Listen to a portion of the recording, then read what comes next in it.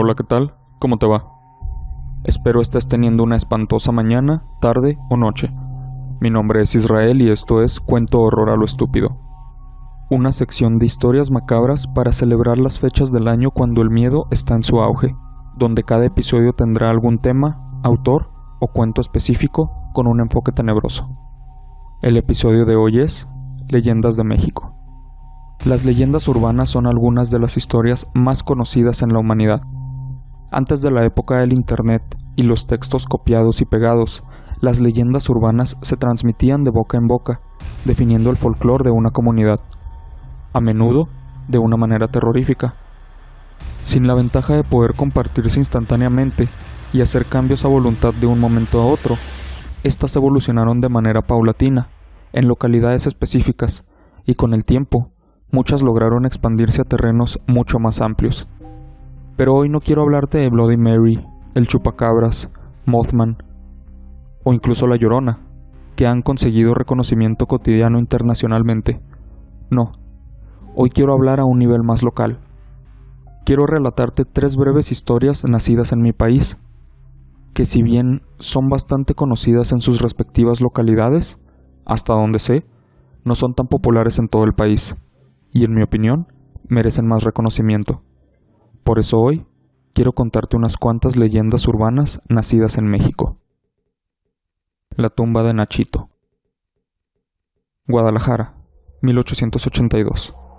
Ignacio Torres Altamirano era un infante con nictofobia, o sea, un enorme terror por la oscuridad, por lo cual debía dormir siempre con alguna fuente de iluminación y ventanas abiertas, pues también sufría miedo al encierro. Tal cuidado debían tener sus padres, que ni siquiera una sombra podía interponerse entre la luz y él. Por lo tanto, extremaron precauciones para mantener al joven a salvo. Por desgracia, se dice que un día la ciudad fue azotada por una gran tormenta que apagó las antorchas en la habitación del niño. A la mañana siguiente, al intentar despertarlo, sus padres se encontraron con el cadáver de su hijo de 5 años. Lo que sea que el niño tanto temía en la oscuridad, finalmente lo alcanzó. El reporte médico indicó la causa de muerte como un infarto, y los padres lo enterraron en el Panteón de Belén. La noche del entierro, el cuidador nocturno del cementerio, mientras hacía su recorrido, escuchó un sonido como si alguien estuviera removiendo o escarbando alguna tumba. Tal sonido provenía de la tumba nueva, la de Nachito. Lo que el cuidador encontró fue la tumba vacía y el ataúd en el exterior. Al asomarse, encontró al niño vestido de blanco, con un crucifijo y un rostro lleno de paz. El vigilante volvió a enterrar el ataúd para que no pensaran que él lo había sacado. Durante los siguientes 10 días hizo su rutina de siempre, y en todos estos días encontraba lo mismo: el féretro fuera, por lo que lo enterraba de nuevo. Por el miedo, advirtió a la policía del hecho, y estos a su vez, a los padres de la criatura. La madre, al enterarse del acontecimiento, entendió que su hijo, pese a haber muerto, seguía teniéndole miedo a la oscuridad, por lo tanto salía a la luz, pues en su vida la oscuridad y el encierro fueron sus más grandes temores, y la muerte lo obligaba a enfrentar ambos. Para evitar que esto se repitiera, la familia decidió colocar su tumba al exterior, fuera de la tierra. Desde entonces, se dice que muchas personas han presenciado la aparición y la voz del niño al pasar por la tumba. Ahora, nunca hace falta una veladora que ilumine su espacio, y la gente de Guadalajara lo visita cada 24 de mayo, el día de su fallecimiento, para dejarle juguetes. La leyenda del Capi Oviedo. Celaya, década de los 70. Se cuenta que existió en Celaya un titiritero de nombre José de Ovidio, conocido como Capi Oviedo, que montaba un espectáculo en la ciudad, a lo largo de la calle de Hidalgo, en el centro, o en su propia casa, en la misma calle. Cada que hacía un espectáculo, se aglomeraban muchos niños acompañados de sus padres, pues el Capi era muy popular en la época. Su show consistía en 33 marionetas en un teatro de 1,5 metros, adornado de terciopelo.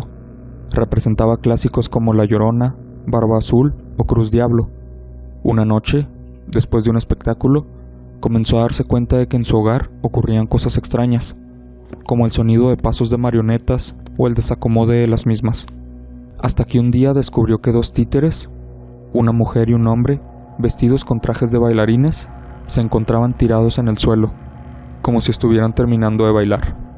Días posteriores, se despertó escuchando el sonido de los pasos de las marionetas. El zapateado se intensificaba y parecía que se acercaba a la habitación. Sin embargo, se quedó en su cama esperando. A la mañana siguiente, ningún muñeco estaba en su lugar. De hecho, estaban regados por toda la casa. Su siguiente acción fue llevar a los 33 títeres a bendecir a la catedral. Pasó el tiempo y siguió dando sus funciones, hasta que, mientras manipulaba un muñeco que representaba a un juez, este comenzó a voltear la cabeza, hasta estar frente a frente y hacerle una mueca horrorosa. El Capi Oviedo dio finalizado el acto y no volvió a dar funciones. Decidió enterrar las marionetas y desde entonces rara vez se le vio en la ciudad. La Casa de los Tubos. Monterrey, década de los 70. Un padre y su única hija habían llegado a Monterrey, Nuevo León, para construir una vida juntos. Poco se sabía de su pasado y de qué los había llevado a ese lugar. Sin embargo, se intuía que solo se tenían el uno al otro. La menor se encontraba afectada por una parálisis prematura, moviéndose solo con silla de ruedas. Por tal motivo, su padre decidió hacerle un regalo que definitivamente cambiaría sus vidas.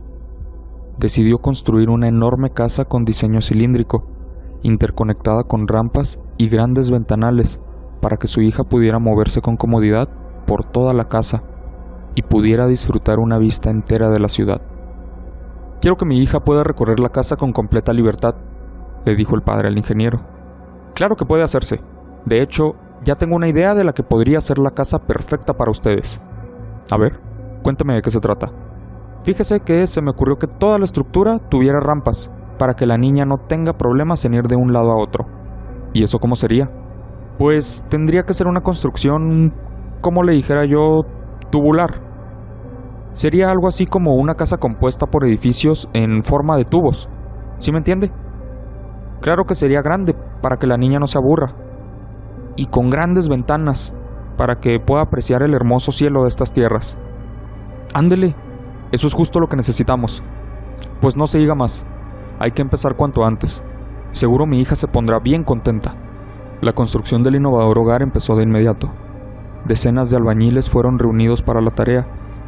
La gente trabajaba hasta altas horas de la noche para terminar la construcción en cuanto antes. Pasaron los meses. Poco a poco, comenzaba a levantarse la estructura de una gran casa en un terreno baldío. Los trabajadores se quedaban hasta tarde, hasta que la luz del sol los había abandonado por completo, y conforme comenzaba a levantarse la estructura, la tensión y un miedo inexplicable se comenzó a apoderar de ellos. De pronto, todo empeoró. Empezaron a desaparecer herramientas. Los albañiles se culpaban entre ellos, sin encontrar explicación lógica alguna a lo que estaba ocurriendo. La tensión entre los trabajadores aumentaba. Cada vez se sentían más incómodos. Dentro de ellos nacía un terror inexplicable. Faltaban pocos meses para que la casa quedara terminada. Sin embargo, la convivencia entre los trabajadores no era nada buena. Por lo tanto, decidieron hacer una reunión después del trabajo para superar sus diferencias. Casi todos terminaron con grandes cantidades de alcohol en la sangre, a excepción de uno de ellos, Alberto, el trabajador más serio y reservado. Al día siguiente, solo 3 hombres llegaron temprano al trabajo. Entre ellos estaba Alberto. Acordaron que él trabajaría en la parte de arriba, mientras los otros 2 se encargarían de afinar detalles en el primer piso. Todo sucedió muy rápido. De hecho, nadie supo exactamente cómo pasó. Pero de pronto, el par de albañiles escuchó gritos de verdadero terror. Los 2 se quedaron paralizados y con el corazón latiéndoles, como si quisiera romper la carne y salir corriendo. Reconocieron la voz de Alberto, y antes de que pudieran gritar su nombre, escucharon un fuerte golpe contra el concreto. Alberto yacía muerto sobre el piso y con los ojos terriblemente abiertos, como si hubiera visto al mismísimo diablo. Después de que las autoridades recogieran el cuerpo, no se dijo nada. Solo un temor silencioso y mudo invadía los corazones de quienes ahí laboraban. Pasó poco tiempo para que la tragedia se repitiera.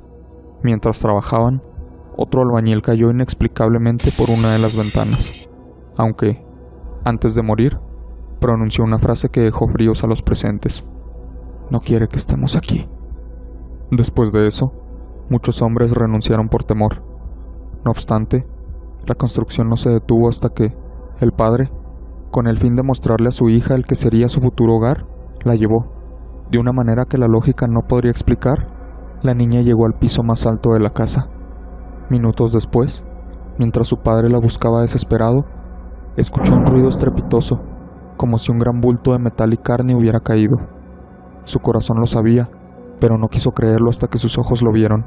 Su pequeña, la única razón de su existencia, estaba muerta. Nadie quiso volver al lugar, solo el padre, con el corazón hecho añicos. Se embriagaba dentro de la casa de los tubos hasta que, no pudiendo más con el pesar de su alma, se quitó la vida. A partir de entonces, la construcción se suspendió y fue abandonada. Sin embargo, se rumora que durante más de 40 años fue testigo de pactos suicidas, muertes inexplicables y apariciones. Esto continuó hasta 2016, cuando se decidió demoler aquella casa para dar vida a una nueva construcción, poniendo fin así a la casa de los tubos, mas no a su leyenda.